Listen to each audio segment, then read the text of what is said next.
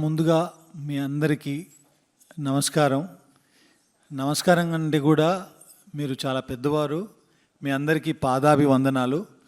మా ఆహ్వానాన్ని మన్నించి మీరు ఇక్కడికి రావాలని చెప్పగానే ఇంతమంది వేములవాడ రాజన్న సన్నిధిలో ఉన్న మీరందరూ ఇక్కడికి వచ్చి మా టీంని బ్లెస్ చేయడానికి వచ్చినందుకు మీ అందరికీ పేరు పేరున ప్రతి ఒక్కరికి ఈ శివశక్తులందరికీ నా పాదాభివందనాలు.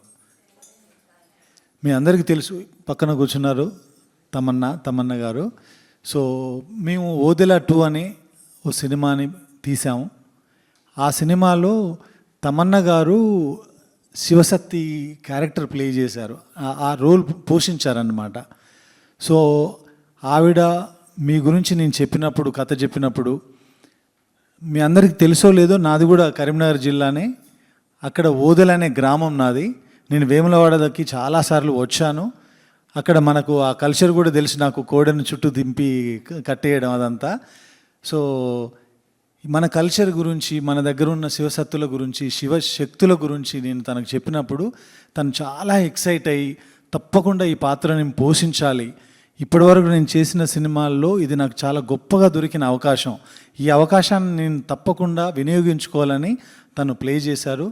సో చాలా అద్భుతంగా ప్లే చేశారు. నాకు అదృష్టం ఏంటంటే ఈ క్యారెక్టర్ రాయడానికి కానీ, ఇంత దూరం ఈ సినిమాని తీసుకురావడానికి కానీ, మీరు కాకపోయినా మీ అమ్మలను నేను చూసుంటాను చిన్నప్పుడు. ఆ వేములవాడ వచ్చినప్పుడు, లేదంటే శ్రీశైలం వెళ్ళినప్పుడు, కొమురవెల్లికి వెళ్ళినప్పుడు, ఓదెల మల్లన్న సన్నిధిలో వెళ్ళినప్పుడు ఇవన్నీ చూశాను కాబట్టి నా మెమొరీలో చిన్నప్పుడు అలా ఉండిపోయినాయి. అదే విషయాల్ని నేను కథ రూపంలో రాసుకొని, మీరందరూ ఎలా చేసేవాళ్ళు, ఎలా ఉండేవాళ్ళు, ఎలా నడిచేవాళ్ళు, నాకు ఉన్న జ్ఞానంతో నేను తనకు చెప్పాను. తను ప్లే చేశారు. తప్పకుండా రేపు ఈ కల్చర్ గురించి, దీని గురించి తెలిసిన వాళ్ళందరూ కూడా ఈ సినిమాని ఆశీర్వదించి చాలా పెద్ద సక్సెస్ చేస్తారని నేను నమ్ముతున్నాను. సో మీ ఆశీర్వచనం కూడా దానికి ఉండాలి మాకు. శివశక్తులు అంటే మీరు మీ ఫ్యామిలీస్ని వదిలేసి, సంసార జీవితాన్ని వదిలేసి, నాకు తెలిసి వేములవాడలో రాజన్నకు మీ జీవితాలు అంకితం అయిపోయినాయి. అంతే మొత్తం మీరు అక్కడే అంకితం అయిపోయి ఆయన కోసమే బ్రతకాలి, ఆయన సేవలోనే బ్రతకాలి. ఆయనకు ఉన్నటువంటి విషయాన్ని మీరు ప్రజల్లోకి తీసుకెళ్ళాలి. సో అలాంటి శివశక్తులుగా ఉన్నప్పుడు రెగ్యులర్గా రోజు ఎవ్రీడే మీ జీవితాల్లో మీరు చూసే కష్టసుఖాలని కావచ్చు, మీ దగ్గరకు వచ్చి చెప్పుకునేవి వాళ్ళ బాధలు చూసినప్పుడు కావచ్చు, మీ అందరికీ ఏమనిపిస్తుంటుంది, వాళ్ళని ఎలా బ్లెస్ చేస్తారు, ఎలా ఆశీర్వదిస్తారు, మీకు తెలిసినంతలో చెప్తే ఇది మీ ద్వారా ఈ కార్యక్రమం చూస్తున్న మొత్తం యావత్ భారతదేశంలో ఉన్న తెలుగు వాళ్ళకి చాలామందికి సబ్ టైటిల్స్ వేసి మరి మేము చెప్పదలుచుకున్నాం. ఇది మాకు ఎందుకంటే అక్కడ మేము రాజన్న దగ్గర ఉంటాం కాబట్టి మాకు ఒక 10 సంవత్సరాల బట్టి మాకు ఎందుకో దేవుడు అంటే బాగా ఇష్టం అయిపోయింది. దేవుడు కూడా జనాలందరినీ మైక్ దగ్గర పెట్టుకో. దేవుడు కూడా జనాలందరినీ ఇలా ఉండే నా బిడ్డలందరూ నా దగ్గరనే ఉండాలి, మంచి ఎల్లకాలం మంచిగా సేవ చేస్తూ మంచిగా బతికి పిల్లల్ని ఇలా మంచిగా చదువుకోవాలని చెప్పి దేవుడు మాకు ఇట్లా చెప్తారా. మేము ఇప్పుడు శివశక్తులమని అని తెలిసింది. మీరు మా పాత్రలో పోషించినప్పుడు, మాలో స్క్రీన్ మీద కనిపించినప్పుడు మీ ఫీలింగ్స్ ఎలా ఉన్నాయి? నాకు ఏమనిపిస్తుందంటే, సినిమాలో మేము అమ్మాయిల్ని డాక్టర్ కానీ, పోలీస్ ఆఫీసర్ కానీ, వేరే వేరే పాత్రల్లో మేము చూసాము. కానీ ఒక శివశక్తి అనేది ఎవరు స్క్రీన్ మీద అది చూపించలేదు. సో అదే ఒక పెద్ద బాధ్యత. ఏమీ మిమ్మల్ని మేము తప్పగా చెప్పకూడదు, లైక్ కరెక్ట్గా మిమ్మల్ని చూపించాలి అని కోరుకున్నాము. భక్తి అనేది ఒక అందరూ ఎక్స్పీరియన్స్ చేసిన ఎమోషన్ కదా. మనం నార్మల్ సిటీ లైఫ్ కూడా జీవించే వాళ్ళం కూడా భక్తిని అనుభవిస్తాం. ఆ భక్తిని 100,000 మెనీ టైమ్స్ మల్టిప్లై చేస్తే ఎలా ఉంటుందో అదే గుండెలో ఈ క్యారెక్టర్ని జీవించాను. బట్ ఇవాళ రోజు నా గురించి కన్నా, లేదంటే ఈ సినిమా గురించి కన్నా, మా మెయిన్ విషయం ఏంటంటే మీరు శివశక్తులు ఎలా ఉంటారు జనాలకి తెలియాలని. బికాజ్ మీ గురించి చాలా తక్కువ మందికి అర్థమవుతుంది. అంటే కొంతమంది నేను కూడా చాలా మందికి చెప్పాను నేను ఇలాంటి ఒక సినిమా చేస్తున్నాను. సో వాళ్ళు అడుగుతున్నారు, ఓ నాగసాధు లాగా ఉంటారు లేదంటే, సో వాళ్ళకి తెలియదు. కాబట్టి మీతో కలిస్తే మీరు మాకు చెప్తారు, ఈ ప్రోగ్రామ్ మేము అందరికీ చూపిస్తాము, మీ గురించి మీ మీ జీవితం గురించి వాళ్ళకి ఇంకా తెలుస్తుంది, అండ్ ఈ సినిమా మేము ఎందుకు తీసాము అనేది వాళ్ళకి అర్థమవుతుంది. సో మీరు చెప్పాలి, మీరు ఏ ఏ ఏ వయసులో మీరు శివశక్తిగా మారారు అండ్ ఎందుకు మారారు, మీ లైఫ్ ఎలా ఉంటుందో దాని గురించి మాకు కొంచెం చెప్తే చాలామంది తెలుసుకుంటారు. అయితే మేము వేములవాడలోనే ఉంటాం మేడం. మా పిల్లలకి హెల్త్ బాగాలేకుండే, ఎక్కడికి పోయినా మా పిల్ల ఇప్పుడు నాకు 2 అమ్మాయిలు మేడం. చిన్నప్పటి నుండి హాస్టల్లోనే ఉన్నారు. కానీ వాళ్ళకి హెల్త్ బాగాలేక కడుపు నొప్పి లేసి అట్లా 2 years నేను మొత్తం కరీంనగర్లో దవాఖానలు ఎన్నున్నాయి అన్నీ చూపించిన మేడం. చూపించినా కానీ ఎక్కడా తగ్గలేదు. తగ్గకపోయేసరికి మళ్ళీ నాలాంటి వాళ్ళు వేరే వాళ్ళు ఉంటారు కదా, వాళ్ళ దగ్గరికి అన్నట్టు వెళ్తే మీ పాపకి హెల్త్ ఖరాబ్ అయింది, నా స్కానింగ్లు ఏవి తీయించినా ఓకే ఉంది, కానీ ప్రాబ్లం తెలుస్తలేదు, కడుపు నొప్పి లేస్తుంది. అట్లా ఎందుకు లేస్తుంది మేడం, ఇట్లా మరి మా పాప బాగుంటలేదంటే మీరు ఇట్లా మా దాంట్లో ధారణ వేయించుకుంటారు అని అంటారు అన్నట్టు. ఇప్పుడు శివశక్తుల్లాగా అయినామంటే ఫస్ట్ ధారణ వేయించుకోవాలి. అంటే వేములవాడ రాజన్న గుళ్ళో ఆయన సన్నిధానాల్లో పెళ్లి చేసుకోవడం అన్నట్టు ఆయనకు. అయితే అట్లా చేసుకోవాలి అని అంటే ధారణ వేయించుకోవాలంటే నాకు 2 అమ్మాయిలు ఉంటారు, వాళ్ళు డేట్స్ ఉంటారు, పీరియడ్స్ ఉంటారు, వాళ్ళకి మళ్ళీ పెళ్ళిళ్ళు చేస్తే వాళ్ళు డెలివరీలు నేనే చేయాలి. అప్పుడు ఈ పిల్లల పరిస్థితి ఎట్లా అని అంటే మేము అట్లా ఒప్పించుకుంటాము, అట్లా మాట్లాడుకుంటామని మాకు గురూజీ ఉంటాడు అన్నట్టు. ఆ గురూజీ చెప్తే మీరు అట్లా చెప్పి నా పిల్లలకు బాగా చేయించి ఒప్పిస్తే నేను చేయించుకుంటా, నేను రాజన్న గుడిలో పెళ్లి చేసుకుంటా, ఇప్పుడు ఏది ప్రాబ్లం ఉండదు అని అంటే మీరు అట్లా చెప్పండి సార్ అని అంటే సరే అమ్మ అని మా గురూజీ చెప్పినాక వీళ్ళు ఉంటారు కదా, వీళ్ళిద్దరిని తీసుకెళ్ళి అక్కడ ధారణ వేయించుకొని వచ్చినాం అన్నట్టు. వచ్చిన తర్వాత ఇప్పుడు శివ కళ్యాణం అయింది మొన్న మండే.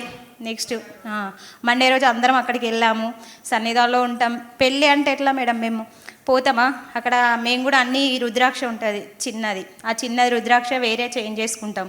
అక్కడ అక్షంతాలు జీలకర్ర బెల్లం పెళ్ళి ఎట్లా చేసుకుంటారో మనం మా లైఫ్లో సేమ్ అట్లాగే దేవునితో వీళ్ళతో మేము చేసుకుంటాం అన్నట్టు. తల మీద జీలకర్ర బెల్లం పెట్టుకుంటాము, తలంబ్రాలు పోసుకుంటాము, కొత్త చీర గాజులు అన్నీ పెట్టుకుంటాం అన్నట్టు. అట్లా సంవత్సరానికి ఒకసారి పెళ్లి కూతురులానే రెడీ అవుతాం. మనం పెళ్ళి చేసుకుంటే ఎట్లా రెడీ అవుతారో సేమ్ అట్లాగే రెడీ అయ్యి వెళ్తాం. మేము అక్కడికి వెళ్ళి అక్కడ పెళ్ళి చేసుకొని సన్నిధానంలో మాకు అన్న సంతర్పణ పెడతారు, అక్కడ తినేసి ఆ రోజు ఉండి నైట్ మళ్ళీ మేము ఇంట్లోకి వచ్చేస్తాం. ఇక అట్లా మా ఫీలింగ్స్ అనేది మేము ప్రొద్దున లేవగానే మొహం కడుక్కొని ఫ్రెష్ అయిన తర్వాత మేము పూజ చేసుకున్నాక మా రుద్రాక్షను కడిగి వాటి వాటర్నే తాగిన తర్వాతనే మంచినీళ్ళు, అది తీర్థం అంటాం అన్నట్టు. మేము వాటర్ని తీర్థంలా తీసుకుంటాం, అది తాగిన తర్వాతనే మిగతా పనులన్నీ చేస్తాం. అంతవరదాకా పచ్చి మంచినీళ్ళు కూడా తాగం. మళ్ళీ మేము ఎవరైనా ఇంటికన్నా పోతే కూడా ఏమీ ఏం తినకూడదు అంటారు, కానీ తినం. మేము ఎట్లున్నామో అట్లనే వస్తాము, మాకు మాకు మళ్ళీ మేము ఇట్లా పీరియడ్స్ ఉన్న వాళ్ళైనా డెలివరీ అయిన వాళ్ళ ఇంటికి కూడా వెళ్ళాం. ఎవరైనా చనిపోతే కూడా పోకూడదు అక్కడికి, అట్లా అన్ని నిబంధనలు ఉంటాయి అన్నట్టు. అవన్నీ కట్టుబడి ఉంటేనే ఇంతవరకు ఉంటాం. మేము ఇలా ఉన్నాం, లేకపోతే ఆ రాజన్న అస్సలు ఒప్పుకోడు. ఇక చెప్పలేక బాగా దగ్గర వాళ్ళు ఉన్నారనుకో, ఇవన్నీ తీసేసి దేవుని రూమ్లో పెట్టి చిన్న కొన్ని గాజులు వేసుకొని దేవుని రూమ్లో పెట్టేసి పోయి వచ్చి మళ్ళీ వేములవాడలో స్నానం చేసి అవన్నీ మళ్ళీ తీసుకొని కొత్త వేసుకొని వస్తాం. అట్లా ఉంటుంది పద్ధతి. బాగా నిష్టగా ఉంటేనే రాజన్న మీదికి వస్తాడు, లేకపోతే రాడు.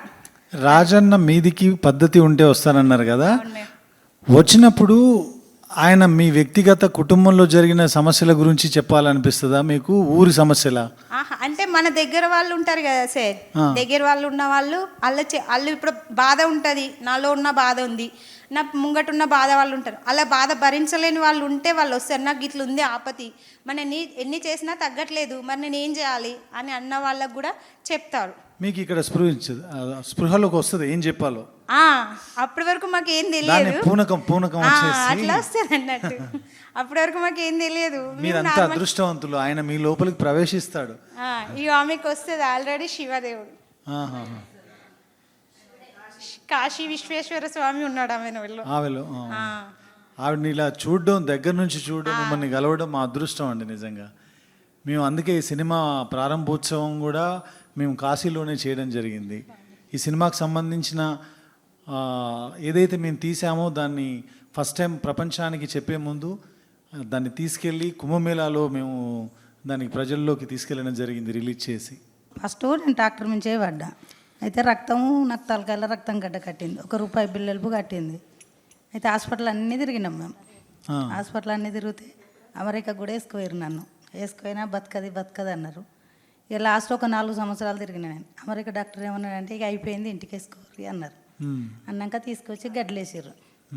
ఫస్ట్ ఏంటంటే మా చిన్న కొడుకు 9 నెలలోడు పూర్తిగా సీరియస్ ఉంటే ఒక ఆమె చెప్పింది కదా, రాజన్న నమ్మితే మీ కొడుకు బతుకుతాడు అని అన్నారు. ఈ ఐసు లెక్క అయిపోయింది ఆయన. ఫస్ట్ పరమం అది ఎమ్లవాడ అన్నది మాకు తెలియదు అప్పుడు. మాకు యాదగిరిగుట్ట కొండగట్టు అదే ఉండే. ఇక నమ్మంగానే ఒక 5 నిమిషాలకు మా కొడుకు లేచిండు.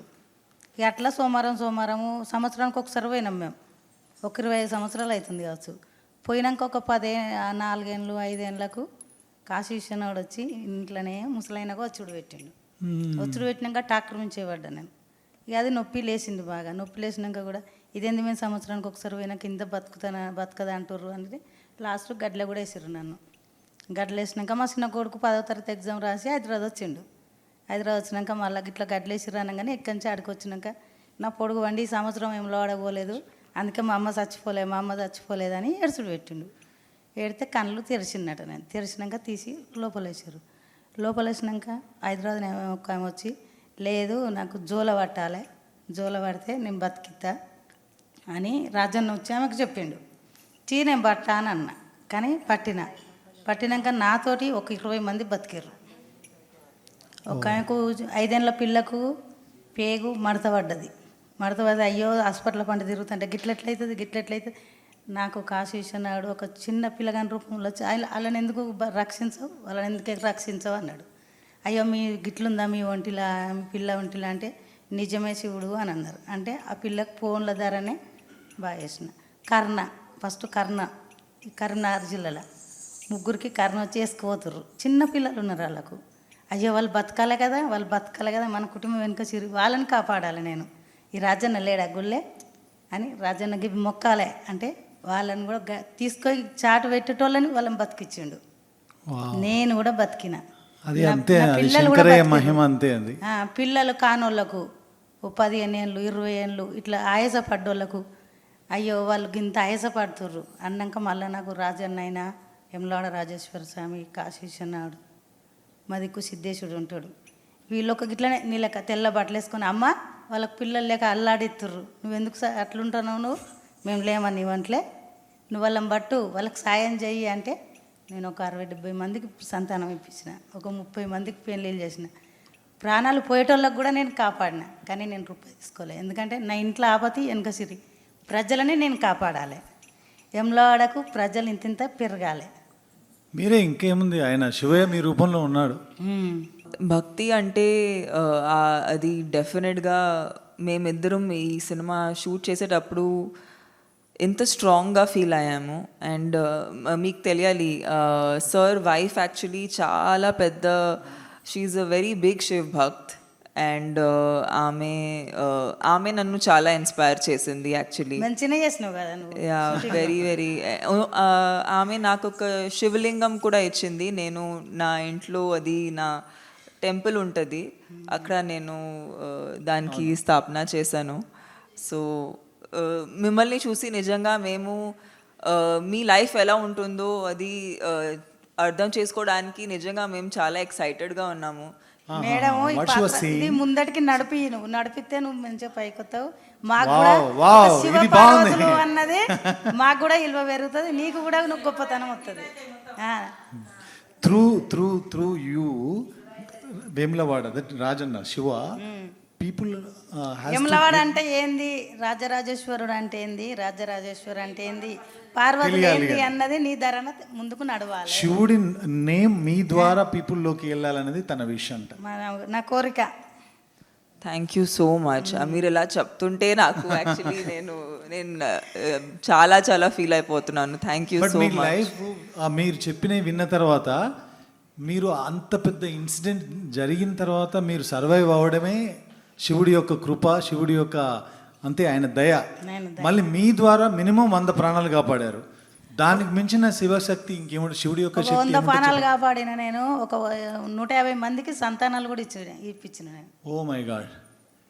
అంటే నాకున్న చిన్న బ్రెయిన్కి, నాకున్న జ్ఞానానికి నాకు అర్థమైంది ఏంటంటే, ఊర్లో ఏవైనా నెగిటివిటీ అంటే చెడు ఏదైనా జరుగుతున్నా, లేదంటే ఏదైనా క్షుద్ర శక్తులు ఉన్నా దాన్ని పారద్రోలడానికి కూడా మీకు దేవుడు మనిషి లోపలికి పూనకం రూపంలో వచ్చి మీకు చెప్తాడు. సో మీరు ఊరును కాపాడడానికి, యాక్చువల్గా చెప్పాలంటే మీరు అందరు అమ్మవార్లు, మీరు అందరు దేవురు, భవానీ మాతలు మీరందరూ. అంటే మీ ద్వారా చాలా మందికి తెలుస్తుంది శివశక్తులు యాక్చువల్లీ ఎలా ఉంటారు. అండ్ ఎవరు మాకు చెప్పొచ్చా, లైక్ మీరు ఒక రోజులో మీ రోజు ఎలా గడుపుతుంది? మీరు ఇప్పుడు మీరు మామూలు వ్యక్తిని చూస్తున్నారు, వాళ్ళని చూసి మీ లైఫ్ చాలా డిఫరెంట్గా ఉంటుంది. మీకు మంచి రోజులు చెడ్డ రోజులు అలా జరుగుతాయా, లేదంటే మీరు ఎలా ఫీల్ అవుతారు? మీరు ఆల్వేస్ హ్యాపీగా ఫీల్ అవుతారు? మీకు కూడా సాడ్నెస్ అనేది ఒక బ్యాడ్ రోజు అనేది మీకు కూడా జరుగుతుందా? మాకు కూడా జరుగుతాయి.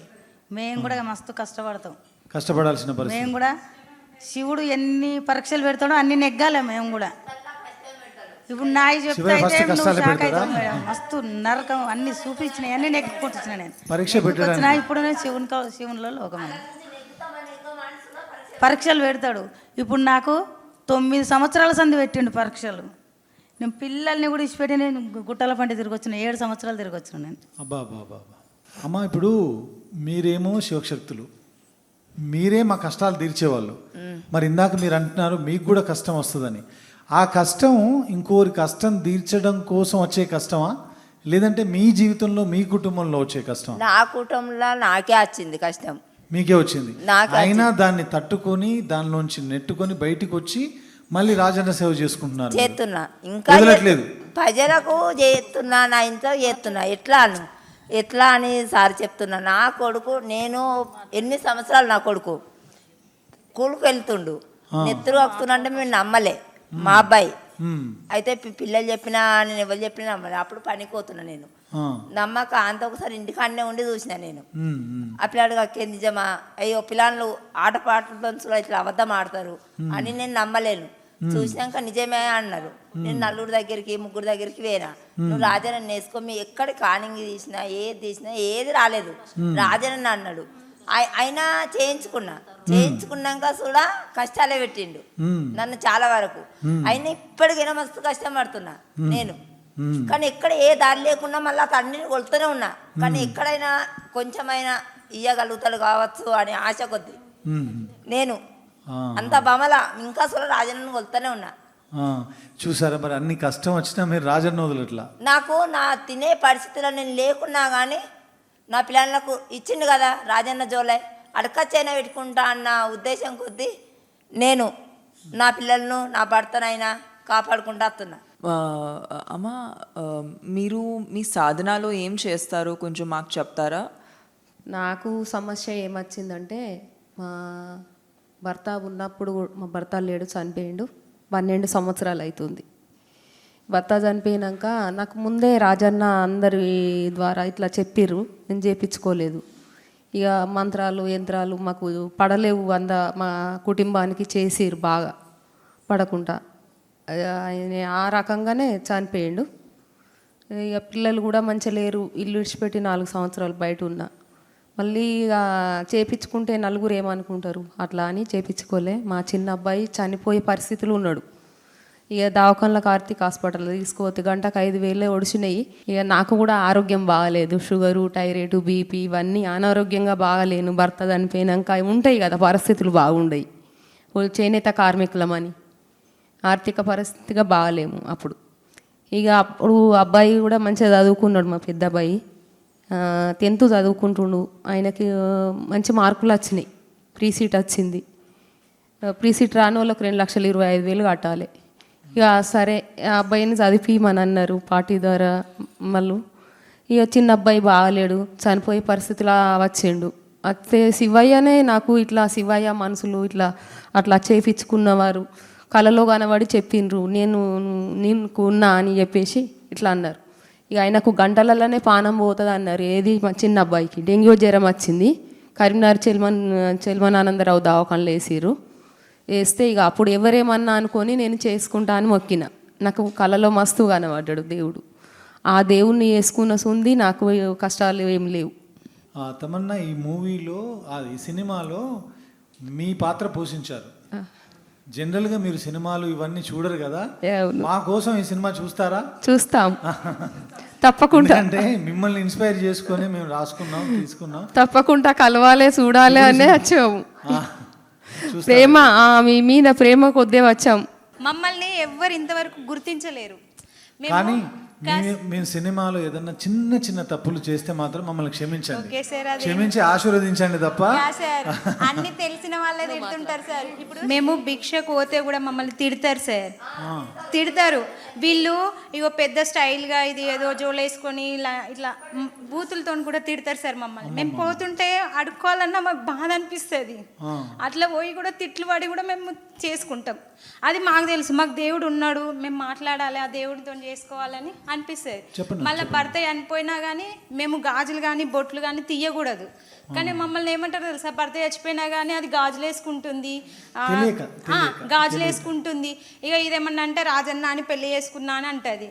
కానీ మళ్ళీ ఎట్లాగో తయారవుతుంది చూడవు కానీ అట్లా కూడా తిడతారు సార్. మేము బాగా హింస అది ఇక మాకు అనిపిస్తుంది.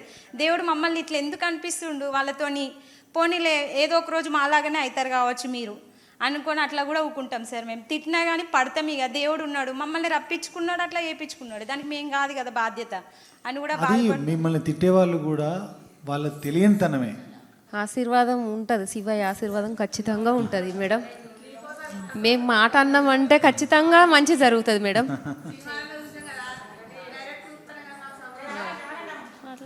నమస్కారం మేడం. నమస్కారం. ఓం నమ శివాయ. ఓం నమ శివాయ. హర హర శంకరం నమో శివాయ. హర హర మహాదేవ. ఓం నమో హర హర మహాదేవ్ శంభో శివాయ. ఏక వస్త్ర ధారణ అంటే ఒకే శారీ కానీ అదే ఏదైతే మీరు బట్టలు వేసుకుంటారో అదే జీవితకాలం వేసుకోవాలి, అదే జోలే పట్టుకోవాలి, అదే ఇది చేయాలి. మీ పక్కింటోళ్ళు ఎదురింటోళ్ళు ఎవరైనా సరే సినిమాకు వెళ్తుంటారు, వాళ్ళ ఫ్యామిలీస్తో ఏదైనా ఎంటర్టైన్మెంట్ ప్రోగ్రామ్స్కి వెళ్తుంటారు. అలా చూసినప్పుడు మేము దేవుణ్ణి నమ్ముకొని ఉన్నాము, లేదంటే మేము కూడా ఇలా సరదాగా తిరిగే వాళ్ళం అని అనిపిస్తుంటుందా? అస్సలు అనిపించదు కదా. అదే అదే ఆ శివయ్య మహిమ. మీ కళ్ళ ముందు అన్ని ఉన్నా కూడా మీకు అనిపించదు. మీరు ఇంట్లోంచి బయలుదేరితే మళ్ళీ ఇంటికి వచ్చేదాకా పచ్చి గంగ కూడా ముట్టరని అంటారు, నిజమేనది? వేరే వాళ్ళ ఇంట్లో తినరు. ఇప్పుడు పెళ్ళిళ్ళకైనా భోజనం పనికొస్తుంది మాకు. మిగతా మళ్ళీ పుట్టెంటుకలు అవి పనికొస్తాయి మాకు. ఇక వేరే అంటే ఇప్పుడు సారీ ఫంక్షన్ అంటారు, అది పనికిరాదు. మనకు చనిపోయిన కాడిది పనికిరాదు. ఆడపిల్ల పుష్పవతి అయినప్పుడు చేసి డెలివరీ అయింది, డెలివరీ అయితే వెళ్ళకూడదు, వెళ్ళం. ఇక మనకు అక్క చెల్లె దగ్గర వాళ్ళు అయితే ఇవన్నీ తీసి బంధం అనేది భగవంతునికి అయితే తెలుసు కదా, మన ఆత్మ కొట్టుకుంటది కదా, అక్క తమ్ముడు ఆ చెల్లె అని. ఆ ప్రాణం ఆగదు కదా. కన్న తల్లి అయినా మన అత్తగారి కుటుంబం అయినా అది దగ్గర వాళ్ళు, ఆ దేవుడిచ్చిన బంధమే కదా.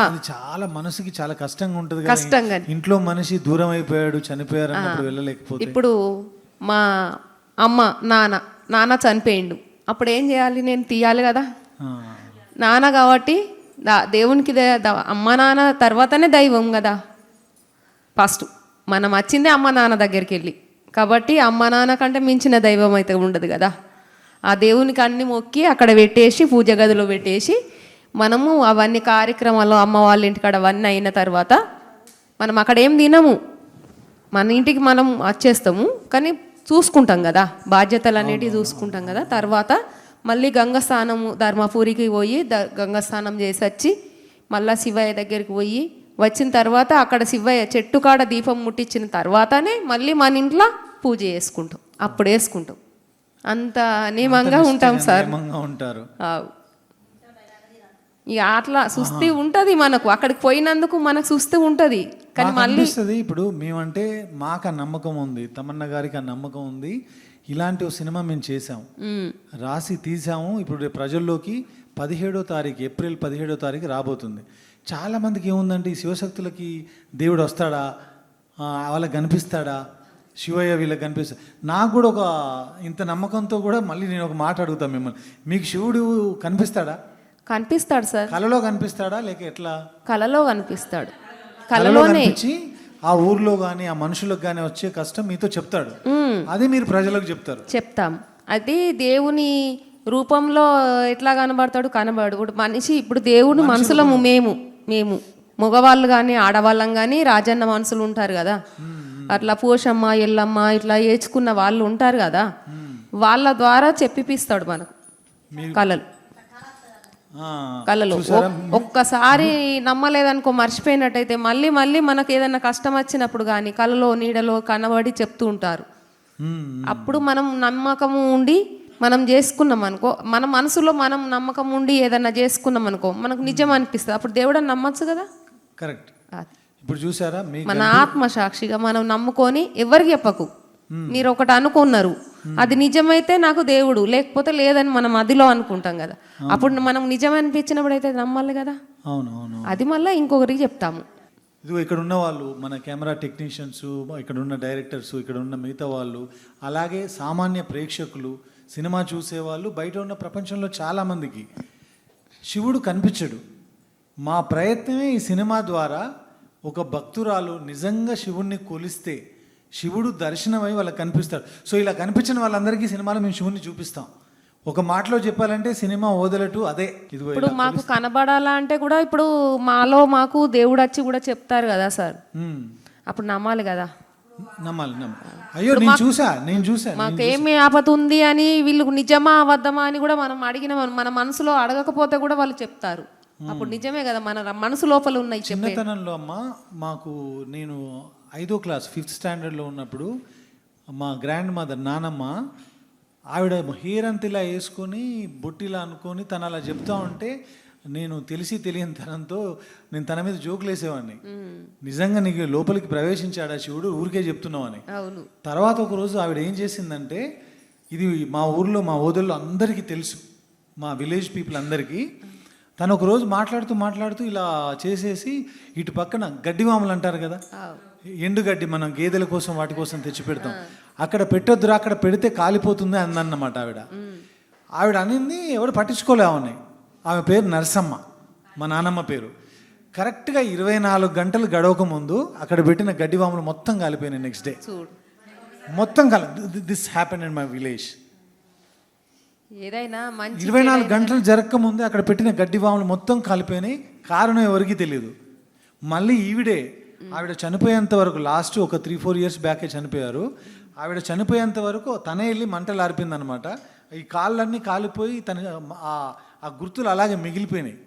ఆవిడే వెళ్ళి మంటలు ఆర్పడే ప్రయత్నం చేసింది. బట్ మిగతా వందలాది మంది జనం హెల్ప్ చేశారు. కానీ ఈవిడ అందులో దూకేసి ఆ మంటల నుంచి నడిచేసి శివయ్య వీటిని ఆర్పి, ఎందుకంటే పక్కన ఇల్లు ఉన్నాయి, అది అంటుకుంటే ఓదల చాలా ఇళ్ళకి ఆ మంటలు అంటుకొని కాలిపోతాయని.